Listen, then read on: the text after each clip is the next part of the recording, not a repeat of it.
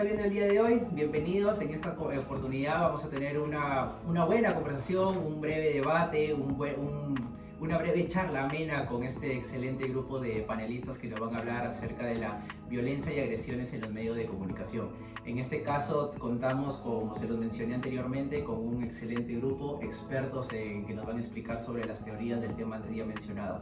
Y en esta oportunidad le vamos a dar el pase a Julio, ¿sí? ¿No? Sí, Julio. Julio nos va a hablar, nos va a empezar a hablar acerca de algunas de las teorías, de repente una breve introducción acerca de lo que compete a este tema. Julio, ¿cómo estás? Hola José, buenas tardes con todos. Y bueno, sí, para empezar, es un punto muy interesante porque de hecho se han hecho muchos análisis y muchos estudios acerca de esos comportamientos y de cómo la televisión y otros medios influyen en la violencia, probablemente inclusive con los más jóvenes. Y de hecho, antes de empezar y quizás vayamos a explorar otras teorías, es importante quizás recalcar o comentarles sobre un caso que pasó también acerca de justamente de este tema, ¿no? Y se trata sobre la masacre en el colegio en Sandy Hook, ¿no? De hecho, esto pasó en Estados Unidos en el año 2012. De hecho, fue una noticia muy comentada en su momento. ¿Y cuál fue el principal problema de este punto, ¿no? El principal agresor, en este caso el asesino, fue un joven de 12 años que atentó contra la vida de niños de 7 y 6 años. Entonces, a veces nos preguntamos qué es lo que puede generar que un joven que probablemente haya tenido una buena formación escolar, ¿no?, en uno de los países más desarrollados, pueda tomar ese tipo de actitudes o este tipo de patologías. Bueno, ningún tema en el campo de la comunicación ha sido tan investigado como la violencia mediática, ¿no?, y sobre la violencia, sobre la agresividad. Cada vez que hablamos o vemos sobre este tipo de acciones alrededor del mundo, no solamente lo relacionamos con los jóvenes, sino también con adultos, ¿no? Y después nos explicamos o después nos preguntamos por qué probablemente nuestros hijos, ¿no?, o las personas más jóvenes se comportan de esa forma. Creo que primero tenemos que vernos a nosotros y tenemos que ver también qué es lo que estamos consumiendo en los medios para que se nos den ese tipo de actitudes. De hecho, algunos sostienen apasionadamente que el consumo de contenidos violentos en los medios de comunicación es una vía clave para el comportamiento agresivo, ¿no? Otros niegan tal conexión porque lo ven quizás como una patología o un tema psicológico. Pero bueno, de hecho, al inicio de tocar este punto, el origen principal para poder estudiar todos estos problemas y que después han dado origen a varias teorías, ¿no?, ha pasado justamente por los estudios del Fondo Payne, ¿no? Fue una partida clave en este punto. Ay, ¿no? Perdóname que te corte, Julio, pero cuando me hablas de teorías, supongo que los panelistas el día de hoy nos van a hablar un poco más acerca de estas teorías. Pero así, una pregunta corta, así rápida. En tu opinión, ¿tú crees que de alguna u otra forma, o en general, el darle a los niños, ya sea ya niños, hablando de niños, porque básicamente ahí empieza todo, juegos, videos, como conocemos, ¿no? De repente lucha libre, SmackDown, Raw, que vienen en las consolas de Xbox, de PlayStation, contenido violento, ¿tú crees que de alguna u otra forma esto influye en el comportamiento o les genera un modelo agresivo en su forma de ser en el futuro? Claro, José.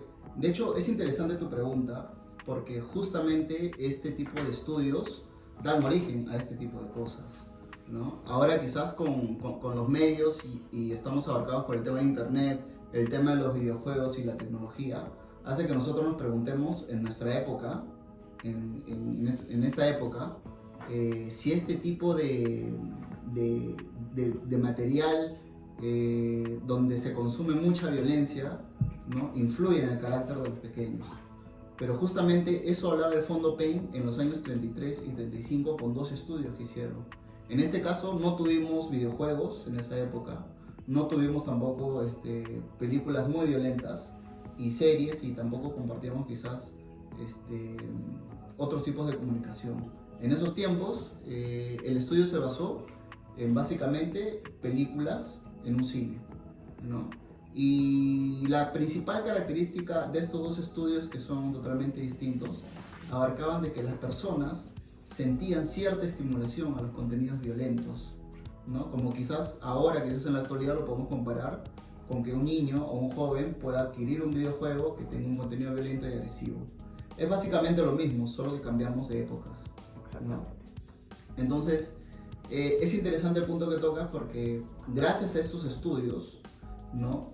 Como les comenté, han suscitado a que se desarrollen varias teorías acerca de cómo se desarrolla este tema de la agresión y cómo los medios están influyendo no solamente a los jóvenes o a los niños, sino también a las personas adultas. Entonces, podemos señalar algo muy breve, ¿no? De hecho, hay muchos informes o hay muchas teorías que se hicieron antes de que quizás el tema se vaya mucho más allá o de que se abarque de una manera científica, ¿no? Pero un caso muy interesante fue el informe que hizo el cirujano general sobre el tiroteo en el Estadio Columbine, en Estados Unidos también, ¿no? Y posteriormente también por una serie de asesinatos que hubieron en Estados Unidos que de alguna otra forma influyeron a que los científicos puedan investigar un poquito más acerca de estos temas, ¿no? De hecho, Murray, que es un científico detallado en estos temas, detalla que la magnitud de esta preocupación queda demostrada por el hecho de que en este último medio siglo, ¿no? Se han publicado más de 1000 informes sobre el tema, ¿no? Y bueno, estos estudios aún siguen, ¿no? con bastante efervescencia, sin encontrar aún una respuesta inmediata a lo que puede hacer, porque abarca muchos campos, ¿no? No solamente en la formación que puedan tener las personas en sus familias, sino también en un tema psicológico y aparte lo que estamos viendo acerca de cómo influyen también los medios en las personas. Claro, para recalcar, sabemos hoy en día que de alguna u otra forma el internet, la televisión, los canales de YouTube y las redes sociales, la red en general, te muestra a veces contenido que de alguna u otra forma, como padre, uno de repente no quiere mostrarle a sus hijos por la edad y todo ello, pero que de alguna u otra manera están ahí, Exacto. están presentes. Y también esto nos da pase a hablar, como tú lo habías mencionado anteriormente, sobre las teorías que pueden existir en relación a ello, ¿no? Por ejemplo, nosotros podemos, según lo que hemos podido analizar, lo que hemos podido sacar de los estudios o de algunos libros en breves investigaciones, podemos encontrar hasta 3, 4, 5 teorías. En este momento, en este programa, tenemos a los panelistas, después de la breve introducción de Julio en relación a ese tema, que nos van a empezar a hablar acerca de alguna de las teorías. Para darle el pase a alguno de ustedes, Carla, ¿sí? Carla nos va a empezar a hablar de repente de la teoría cognitiva y una teoría de sensibilización. Carla, ¿cómo estás? Hola, ¿qué tal, José? Buenas noches con todos. Claro, para abordar este tema, justamente que está muy relacionado, son 4 teorías: la cognitiva, de sensibilización, priming y transferencia de excitación. Si nosotros nos adentramos un poco más en la teoría cognitiva, ¿esta qué es lo que nos relata? Nos dice que la teoría postula que los seres humanos aprenden el comportamiento de 2 maneras. ¿Cómo? Por experiencia directa, todo lo que han vivido, o observando a los demás. Si nos centramos un poquito más en lo que es observando a los demás, podría ver que tiene una gran relación con lo que es visualizar. ¿Qué ves? Los medios de comunicaciones, puede ser un programa de televisión, el cine, incluso un TikTok, no sé, un Reels, hablando actualmente, ¿no? Los pasos que podemos ver para la teoría cognitiva son, cabe resaltar que esta fue propuesta en el año 2009 por Bandura, son primeramente ver el comportamiento del consumidor. A raíz de ello, viendo cómo es que se comporta al poder visualizar un programa de televisión, podemos probarlo nosotros mismos y después de ello, de haber probado, ya nos adentramos en poder ver si es que, por ejemplo, nosotros estamos viendo, no sé, un contenido violento o de armas o de que están maltratando a una persona o algo por el estilo. Nosotros vemos ese comportamiento, lo aceptamos, lo interiorizamos y a raíz de ello podemos ver si en nuestro entorno social es aceptable o no. Es decir... Perdóname que te corte, Carla, ahorita que estás hablando de los pasos. ¿Tú crees que a pesar que no es correcto de repente para muchos, incluyéndome, ver ciertas agresiones o comportamientos que van fuera de lo normal, se podría decir, ¿tú crees que una persona en sus 5 sentidos, por llamarlo de esa forma, lo puede aceptar como algo que puede realizarlo en un futuro o en algún momento, o tomarlo como un ejemplo. Claro, es la tendencia. Como quien dice, es que tú te dejas llevar mucho por tu círculo. Es decir, si tú ves algún... Caso que depende mucho de la persona. Claro, depende mucho, pero a ciencia cierta la mayoría de los casos, es decir, tú ves, no sé, un programa, incluso hace un tiempo era aceptado el programa de La Paisana Jacinta. Exacto. Todos hablaban sobre ese programa, se reían, incluso tú lo veías en la televisión, veías que a la paisana Jacinta como tal, el personaje, claro está, todos se reían de ella, decían, ay sí, que es una cholita baja del cerro, cosas por el estilo, y tú veías que todo tu entorno se reía de él, y tú ¿qué hacías? También te reías de él. Exacto. Incluso sacaron hace poco un spot en el cual hablaba sobre ella. Tú ves una señora que está afuera en el campo, supongamos que está en el parque, sentada, vendiendo dulces. Vienen acá los de serenazgo porque también podemos tomar ese tema, del tema de serenazgo que ha pasado en muchos casos, por ejemplo en muchos sectores del Perú e incluso hasta en Gamarra, que como los sobrepasan la autoridad. Claro, exacto. Los comerciantes están afuera y los de serenazgo vienen y se llevan todo. Claro, Todo aquí lo que también, es el día a perdóname día. que te corte, tenemos 2 puntos. El primero es que si de alguna u otra forma está prohibido el comercio ambulatorio de repente en diferentes sitios, incluido Gamarra, que hoy en día está lleno de policías porque han desalojado a todos los ambulantes, pero no es la forma. Nunca con violencia, nunca con violencia, no reaccionar de esa manera, no quitarle todas sus cosas, tirarlos a un carro y llevárselos y esa gente pierde todo. Y de alguna u otra forma eso los conlleva o los genera una reacción igualmente agresiva y hasta peor se podría decir. No significa que estemos a favor del comercio Exacto. ilegal como tal, pero si vemos que en ese aspecto estamos fomentando la violencia. Tal cual. Ya. Pero como tal, vemos este caso, lo vemos en un programa televisivo. Y porque ponen incluso risas de fondo y todo eso, ¿no? Entonces tú dices, ay, es aceptable porque todos se ríen, es aceptable incluso que ves que a una mujer como que la maltratan o cosas por el estilo también, yéndonos por la otra área que es de la mujer. Y tú ves que tus amigos se ríen y todo, y tú lo aceptas. Entonces ahí podemos comprobar mucho la teoría cognitiva, ¿no? Que es bajo un estímulo. Si los demás están aceptando, yo también lo acepto.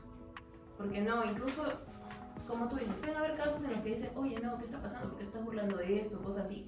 Ya empieza como que a entender o como que a empatizar más con la persona. Claro. Pero eso es algo que no se de todos los casos. Exactamente. Háblame un poco acerca de repente de algunos casos que se hayan visto, estudios generales en esta teoría. En el año 1960 se hizo un caso de estudio que se llama el muñeco Bobo. Se convocó a un grupo de niños para que puedan visualizar una imagen, o bueno, mejor dicho, un corto, en el cual una persona golpeaba constantemente a un muñeco de hule. Este muñeco es de los que tú golpeas y golpeas y vuelven a su forma normal. Ya. En este caso se dividieron en 3 sectores. A la persona que era agresiva se le premiaba. En el segundo sector, una persona en la cual era agresiva, pero no se le castigaba. Y en el tercer sector, una persona que era agresiva, pero no recibía nada. Es decir, no se le premiaba, no se le castigaba ni nada por el estilo. Simplemente Se le dejaba hacer. se le dejaba hacer. Ya. 3 tipos de públicos, o sea, todos eran niños. Los niños del primer grupo, ¿qué pasó con ellos? Con los que se les premiaba. Más adelante demostraron comportamientos similares. ¿Por qué? Porque, como lo habíamos dicho anteriormente, ellos se basan en un estímulo. Es decir, si tú ves el estímulo porque se les presentó, es como que cada uno los encerramos en 3 tipos de habitaciones, ven la película, todo, y después de eso los volvemos a poner, pero ya con el muñeco real. Los niños del primer grupo golpeaban al muñeco. ¿Por qué? Porque pensaban que iban a recibir un premio. Los niños del segundo grupo no golpeaban al muñeco. ¿Por qué? Porque pensaban que iban a ser castigados. Y los chicos del tercer grupo tampoco hacían nada. A pesar de que no habían visto en el corto de que tal vez, no sé, de que no se le castigaba ni se le premiaba, no hacían nada. ¿Por qué no golpeaban al muñeco o por qué no simplemente jugaban con él o algo por el estilo? Porque no tenían un estímulo. Y así es como actuamos la mayoría de nosotros. Y esto se puede ver reflejado, ¿no? El observador necesita estar motivado para poder realizar la conducta. Eso es lo que podemos concluir de esta teoría. Definitivamente un caso, más que un caso, un ejemplo de estudio claro, en lo que compete a hablar de repente de esta teoría. No sé si nos podrías dar información acerca de otra teoría más. Claro, en el caso tenemos también la teoría de desensibilización. ¿Qué podemos hablar de esta teoría? Con el tiempo y el aumento de la exposición a la violencia mediática, los consumidores se acostumbran a un comportamiento agresivo. En este caso, para poder hablar un poquito más de esta teoría, podemos hablar de un estudio en el cual se reprodujo la película que se llamaba Slasher en el año de 1984. Se pusieron a un grupo de adolescentes, jóvenes, universitarios, para que vean esta película. En esta película, ¿qué se demostraba? Fue el comportamiento agresivo contra la mujer. Que golpeaban, que maltrataban y todo eso, y era aceptable en ese estudio, ¿no? ¿Qué pasó con ellos? Más adelante se les convocó para una charla o se les mostró en el cual, incluso se les mostró, si más no lo recuerdo, había sobre un maltrato que le habían violado a una chica. Pero estas personas ya estaban tan acostumbradas a haber visto esta película por tanto tiempo que no tuvieron ninguna reacción. No como que una persona que tú ves, no sé, un caso en el cual violan a una persona, en el cual matan a una chica, todo por el género femenino. No tuvieron ninguna reacción. Simplemente les dio igual. ¿Por qué? Porque estaban tan acostumbrados al área de violencia, todo esto como que era su día a día. Entonces, esto va con la teoría de que cuando uno se acostumbra a ver mucho violencia, o sea, no sé, incluso con las películas de terror también puede pasar que cuando uno empieza a ver tantas películas de terror y todo, ya llegas a un punto en el cual ya no te genera miedo. O sea, tú ves películas de terror el día a día y dices, ay, no, estás todo aburrida. Sabes lo que va a pasar. Claro, o sea, ya es como que ya premeditado. Pero en el caso de las películas de terror, haciendo hincapié en lo que me has dicho, sabes lo que va a pasar. Pero en el caso de películas violentas o noticias violentas o algo que tú ya estás acostumbrado en el día a día, no es que sepas lo que va a pasar, o tal vez sí. Puede ser que termines incluso enterrada en un cilindro, como pasó acá en Perú. Descuartizada en una maleta. Exacto, han habido un montón de casos. Pero más allá de eso, es que ya llegas, te vuelves como un caparazón. En vez de que esas noticias te susceptibilicen o que te pongas triste por toda la situación, dices, ya se sabe. En este sector, no sé, con dicha población, o no sé, por así decirlo, un ejemplo, en San Juan del Lurigancho siempre hay robos, en el Rímac siempre hay robos, en el Este siempre hay robos, no, siempre hay robos. Ya eso ya es el día a día. Hasta las personas que viven ahí dicen siempre va a haber robos. Entonces es algo así como que te acostumbras a. Y eso mismo pasa con la violencia, ¿no? Estás tan acostumbrado a ver violencia, estás tan acostumbrado a ver que maltratan a las mujeres, que las tratan como quieren y todo eso. Y no solamente influye de manera negativa en la población varonil, sino también de manera negativa en las mujeres, ¿no? O sea, las mujeres también nosotros que en cierta parte nos volvemos como que más, ¿cómo decirlo? Nos ponemos un caparazón también a la par para poder combatir esas cosas. Ya estamos como que más a la defensiva dentro de todo. Cualquier cosa de repente mínima te puede generar cierto tipo de rechazo o de miedo. En estos, definitivamente, los ejemplos que nos ha puesto Carla son muy claros hoy en día. Vivimos en un país y en un mundo, se podría decir, porque es general, machista, donde la violencia contra la mujer cada día, por más de que se trate de controlar, no se puede. Y eso se espera que en algún momento se pueda cambiar. Ahora, continuando con el tema de las exposiciones, de las teorías que podemos tener en relación a la violencia, hay una teoría que por el nombre de repente la podemos tomar como rara o así, que es la teoría del priming. En este momento nuestro panelista Ángel nos va a hablar un poco acerca de esta teoría, nos va a explicar, de repente nos pondrá algunos ejemplos. Ángel, ¿cómo estás? Muchas gracias, José, gracias por el pase. En esta oportunidad voy a hablar sobre la teoría priming, ¿no? La teoría del priming es una de las teorías que ayuda a explicar a corto plazo los efectos de la exposición en los medios de comunicación. Es una teoría que postula que consumir violencia mediática prima ciertos esquemas violentos. A su vez activan esquemas mucho más violentos, ¿no? Para entender más que nada esta teoría, voy a presentar como algunos ejemplos que definen, ¿no?, esta teoría. Uno de los ejemplos que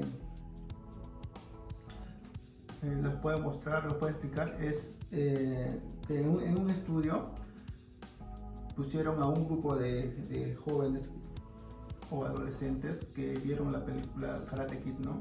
Y el otro grupo era adolescentes que vieron películas que no eran relacionadas a temas violentos, ¿no?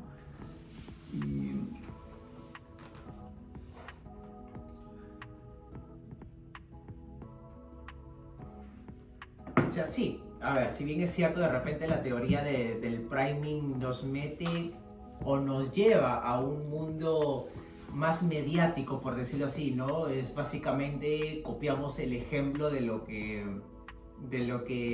vemos en televisión. Pero de alguna u otra forma también se podría decir, ya mencionado anteriormente a ello, que comprende o nos ayuda a comprender de alguna u otra forma cómo la violencia en los medios puede tener efectos a corto plazo en nosotros. De alguna u otra manera se puede manejar de esa manera. Si bien es cierto, como lo mencionabas, hay estudios que muestran la relevancia de esta teoría, ¿no? Y todos conocemos, creo que aquí todos hemos visto Karate Kid. Y no sé si todas, pero la que hace Jackie Chan con el hijo de Will Smith es la más conocida de repente, ¿no? El maltrato que sufre el niño desde que llega a un país, China, Japón, China, si no me equivoco, llega a China, donde no conoce a nadie, de alguna u otra forma le tratan de tomar el pelo, por decir, ¿no? Como el típico bullying. Creo que también en estos casos habría otra teoría que podría ser la teoría de la transferencia de la excitación. Es un nombre que nos puede llevar de repente a sobrepensarlo o a verlo de otra manera, como transferencia de la excitación. Y creo que Ángel también nos puede dar una breve explicación sobre esto. Sí, José, para complementar tu introducción, en esta teoría, es una teoría que postula que las personas se vuelven físicamente excitadas cuando ven ciertos tipos de contenidos, ¿no? Violentos. Poniendo un ejemplo más que nada es cuando, digamos, al momento de salir de tu trabajo, tu jefe viene y te dice alguna cosa que no te gusta, ¿no? Y tu instinto es como, si te dijo algo que no te gusta, tu instinto es como darle una bofetada o algo así, ¿no?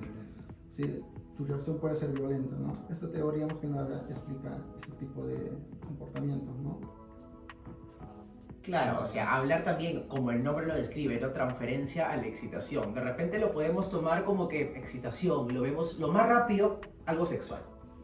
Pero no sabemos realmente si enmarca el ámbito sexual o como lo propone Ángel, de que va a ser una reacción, de repente estás en una situación, pongamos ejemplo un partido de fútbol. Estás en un partido de fútbol y te contagias de la emoción de todos ellos, que de repente ves a lo de la barra peleándose. Tienes dos opciones, o te corres por miedo a protegerte, o estás muy excitado con el del partido y te metes a pelear por ellos. Creo que hay que ser un poco razonables para ello, ¿no? De alguna u otra forma, para poder dejar este tipo de cosas. A ver, vamos a dejar de lado un ratito las teorías y vamos a hablar de algo muy importante, que es el modelo general de agresión. Si bien sabemos, y después de la explicación de los panelistas, cada punto acerca de las teorías, el GAM, más conocido, bueno, su sigla GAM, pero también lo conocemos como el modelo general de agresión, está diseñado básicamente para identificar cómo los factores individuales y situaciones influyen directamente en tres rutas potenciales hacia la agresión, cognición, efecto y excitación, como se han sido mencionados en las teorías, y excitación, que fue la última antes mencionada. El modelo general de la agresión también podemos decir que presenta o especifica efectos inmediatos y a largo plazo. Si bien es cierto, discrepa también de algunas teorías o no va en relación definitivamente a lo que se dice de ellas, ¿no? Porque, por ejemplo, a corto plazo tenemos que el modelo general de la agresión postula que los medios violentos provocan un aumento en agresividad, cosa que sí se ha mencionado en alguna de las teorías, pero ellos no enmarcan directamente a lo que competen ellos. Ellos de repente tienen otro punto de vista más, ¿cómo se puede decir? Un punto de vista distinto en lo que va a ello. Por ejemplo, en el modelo general de agresión se hace un estudio, una pequeña investigación sobre dos investigadores, valga esa redundancia, que son Bushman y Anderson. Ellos señalan que los videos violentos, de alguna u otra forma, nos llevan a la agresividad. De repente en un corto o mediano plazo nos generan ira. De repente ellos dicen, no, estoy viendo un programa, una película, sí, un claro ejemplo, no Rápido, ¿qué puede ser? El mismo Karate Kid. Dice, no, de niño estoy aprendiendo a pelear. ¿Qué ejemplo toman los niños sobre ello? Ir a una escuela de peleas, ir a una escuela de artes marciales, pensar de que les pueden hacer bullying en el colegio y generar un tipo de defensa con estas clases. Hoy en día sí, las escuelas de defensa personal y todo ello están totalmente copadas desde niños, ¿no? Y más o menos es como algo que enmarca un modelo general de agresión. Y para ir concluyendo con esta conversación, con esta breve, hay una frase que nos causa, que la conversábamos antes de salir al aire, antes de exponer todas estas ideas, una frase muy peculiar, que en este caso nuestra panelista Stephanie nos va a dar más información sobre ella. Stephanie, ¿cómo estás? Muchas gracias, José, por el espacio. Sí, específicamente mucho ruido y pocas nueces, ¿no? O algo. ¿Qué es lo que podemos hacer más allá de solo ser espectadores de lo que estamos viviendo, ¿no? Como ya señalaron anteriormente los demás panelistas, la mayoría de investigaciones, por no decir casi el 100%, que analiza este tipo de violencia mediática, se ha centrado en el grado tal de que se puede inducir a que este tipo de violencia mediática genera en sí sentimientos, acciones, pensamientos y también comportamientos sumamente agresivos, ¿no? Entonces, yo voy al punto de que hay investigaciones de que ustedes ya han comentado, ¿no? De que hay de adultos, de los niños, que no sé qué, pero hay una investigación muy, que lleva años, que es la de que un niño, un grupo de niños de 8 años, con este tipo de violencia vivida, no solamente del hogar, ¿no? Sino violencia familiar, sino también violencia que ven películas no solo de terror, sino violencia, de acción, de matanza, a sus cortos 8 años, 9 años, los fueron estudiando a través de 10 años y cuando cumplieron la mayoría de edad, estos, digamos que la mayoría están presos por asesinatos, robos, delincuencia, ¿no? Prácticamente hicieron su vida basándose en este tipo bueno, desde la niñez fueron guiados por este tipo de comunicación, ¿no? Contenido agresivo que se les inculcó desde pequeños. Exacto.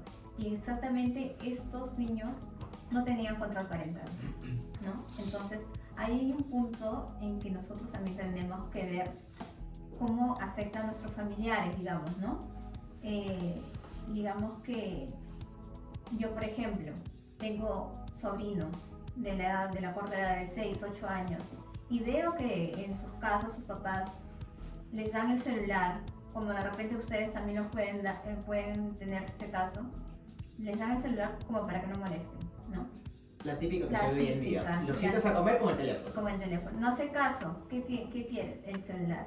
Y hay un montón de contenido en redes sociales, en noticias, que hace alarde a esto, ¿no? ¿Qué es lo que pasó? No, que hizo el berrinche porque no le dieron el celular.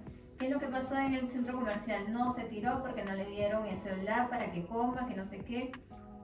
Entonces, para nosotros también como adultos, ¿no? Estar tranquilos, estar en nuestras cosas, estar en nuestro trabajo, que es lo primero que hacemos, lo más fácil, darle el celular a nuestros niños, ¿no? Y que ellos ya vean lo que sea.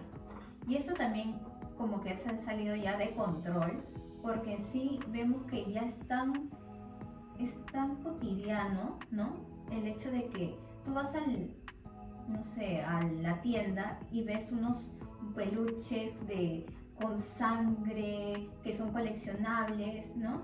¿Y qué es lo que el niño quiere? Es ese peluche, no con el arco iris, ¿no? Sino con la metralleta, con la sangre saliéndose o el brazo. Y hay un montón de contenido en YouTube que no tiene control parental, que los niños les atrae, ¿no? Les atrae. Y justamente está en tendencia, es un personaje, no sé si lo han podido observar, que sale del baño, del toilet, del urinario, sale una cabeza y esta cabeza hace como que mandados que destruyan, salgan soldados disfrazados, ¿no? De televisores, justamente de medios de comunicación, televisores, videos, cámaras, ¿no? Parlantes. ¿Y qué es lo que hace este personaje que sale del toilet? Es que genera contenido violento, ¿no? ¿Y qué es lo a quién va dirigido? No a gente adulta, sino a niños, ¿no? Con canciones de los 80, esa es la redundancia, ¿no? O sea, son niños... Algo irónico, ¿no? Es algo irónico, ¿no? O sea, como que estamos llamando la atención, los niños están llamando la atención de los adultos con música, ¿no? De su época, digámoslo así. Y como mencionaba Julio, ¿no? Sobre los jóvenes y los adultos, qué es lo que consumen diariamente. Es este tipo de contenido que consumen diariamente nuestros niños, ¿no? Y acá a 10 años, ¿cómo vamos a ver nuestro país, ¿no? Si hacemos todo lo malo, ¿no? Todo lo malo para que acá a 10 años, si San Juan de Lurigancho, San Martín de Porres, ahorita están en este tema de estado de emergencia porque justamente hay mucha delincuencia, ¿no? ¿Cómo será de aquí a 10 años, no? No, creo que, y perdóname que te corte, pero de repente no verlo tan a futuro. 10 años creo que es mucho. La situación que estamos viviendo con violencia, agresiones y todo ello, es para que el Perú, por ser general y no decir solo Lima, debería estar en emergencia. Sí. Estamos pasando por situaciones graves, Claro. cosas que jamás se han visto. O sea, hay niños, de alguna u otra forma, que son fanáticos del Free Fire. Creo que todos hemos escuchado el Free Fire. Niños de 4 o 5 años que juegan a matarse en el juego. ¿Con qué? ¿Cómo se puede decir? ¿No? O sea, ¿de qué manera van a crecer? ¿Qué mentalidad van a tener? Que solucionar un problema es irse a la guerra, agarrar una pistola y matarse. De alguna u otra forma, somos nosotros los culpables de que la generación esté así. Claro, incluso ha habido un ejemplo hace muchos años de un chico que fue justamente acá en el 13 de Tomás Marzano. Llegó a clase normal, todo, sacó la pistola de su papá y fue y le disparó a un compañero. ¿Por qué? No fue porque un tema de bullying o cosas por el estilo. Simplemente le disparó porque pensaba que estaba jugando con él, hacía los matanzas y pensaba que era una pistola de mentira. Entonces vamos por ahí con el tema, ¿no? Pero si se dan cuenta, estamos en un estado de emergencia, claro, de violencia, agresiones y todo lo que conlleva esto, por gente que ahorita ya tiene 18 años. Y hace 10 años, ¿no? Estábamos recién con este cambio de la era digital. Se lanzó el YouTube, canales digitales y todo esto conlleva, mire cuánto tiempo ha pasado y ya estamos en un colapso digamos, de contenido muy explícito, vulgarmente y también agresivo, ¿no? Entonces por eso a eso iba. De acá a 10 años, ¿cómo podremos mejorar? Yo me acuerdo que hace tiempo, ya que hablaste sobre Gamarra, hubo un desalojo hace unos años, 10 años no me recuerdo bien, que llevaron hasta caballos. El problema que hubo en la parada, para ser más exacto. Exacto. Exactamente. En ese momento El desalojo. todavía se usaban los caballos, ¿no? Para desalojar, para todos esos movimientos con policías y todo. Hubo una escena que a mí me afectó un montón, porque vi cómo le colgaba la pierna, La patita, la patita a un caballo. ¿Y quién lo hizo? O sea, no fueron los policías, no fue la policía montada, sino fueron los mismos negociantes por querer no ser desalojados, ¿no? Entonces, de ahí hubo todo un revuelo, ¿no? De concientización, ¿no? Exactamente. Y ahora, el día de hoy, los caballos montados para ese tipo de cosas están prohibidos. Si bien es cierto, para recalcar ahí algo del tema de los caballos que iban a las marchas, a las manifestaciones y todo, aún los vemos en los estadios. Cosa que para muchos, incluyéndome, no sé ustedes, no es correcta, porque en los partidos de fútbol también hay peleas, también hay, por decirlo, broncas afuera de cada recinto. Los problemas son muy graves, sobre todo cuando es una disputa de un partido importante o de equipos grandes del país. Creo que después de escuchar estas teorías, no sé, o los comentarios, alguna idea, alguna conclusión por parte de ustedes para poder terminar, para ir terminando esta breve conversación muy amena que hemos tenido el día de hoy. Sí, José. De hecho, las teorías en sí yo creo que coinciden en un aspecto muy peculiar, ¿no? Acerca de lo que es la estimulación de la violencia a través de los medios, sobre todo. Si bien es cierto, como les había comentado, estudios del 33 y 34 solamente hablaban sobre un medio, ¿no? Y ya detectaban algunas anomalías o algún estímulo de las personas acerca de la violencia. Entonces, hoy teniendo mucho más medios, inclusive los digitales, donde probablemente no tengamos control de lo que puedan ver los más pequeños, ¿no? Y también de nosotros mismos, ¿no? Que somos adultos, estemos rodeados de contenido violento. De hecho, en Estados Unidos, y cuando di la introducción, de hecho hay una empresa en Estados Unidos, es una organización no gubernamental, que se encarga de medir este tipo de violencia, ¿no? Sea sexual, sea violencia explícita, ¿no? Y de hecho Jim Steyer, que es director general de Common Sense Media, evalúa y aplica esta serie de análisis en los programas que también se tienen que difundir o poner al aire, ¿no? No solamente en TV nacional, en radio, sino también en cable y en los medios digitales. De hecho, yo creo que la lucha va más por cómo nosotros debemos de evitar de que estos temas, así como hablamos con la teoría de la desensibilización, ¿no? Cómo estos temas se vuelvan tan cotidianos que perdamos justamente eso, ¿no? Yo estoy muy de acuerdo y creo que me voy más por esa teoría, ¿no? Porque abarca quizás lo que es nuestro día a día, ¿no? Te da un concepto de lo que quizás uno indirectamente puede estar consumiendo, ¿no? Y yo creo que esto, los medios, la verdad es que son un arma muy potente como para que las personas también puedan de alguna otra forma sentir ese tipo de estímulos, ¿no? Claro. ¿Alguna otra idea? Algo breve, se nos acaba el tiempo. Sí, en sí está confirmado que existen dos tipos de grupos de personas ante esta situación. La que sabe que estamos en esta crisis y no hace nada, y la que no quiere saber nada, absolutamente nada, ¿no? Entonces ahí yo les hago la pregunta, ¿no? ¿En qué posición nos ponemos nosotros? Y también al público le hago esa pregunta: ¿qué podemos hacer para seguir, o sea, para mejorar, ¿no? Muchas interrogantes, muchos temas, muchos análisis acerca de esas teorías. En algún momento nos volveremos a encontrar, hay mucho de qué hablar, el tiempo siempre va a quedarnos cortos para debatir estos temas. Nos veremos en otra ocasión. Esto ha sido todo. Gracias Carla, Julio, Ángel, Gracias, Stephanie. Gracias a todos por vernos el día de hoy y con nosotros será hasta una próxima oportunidad. Hasta luego. Gracias.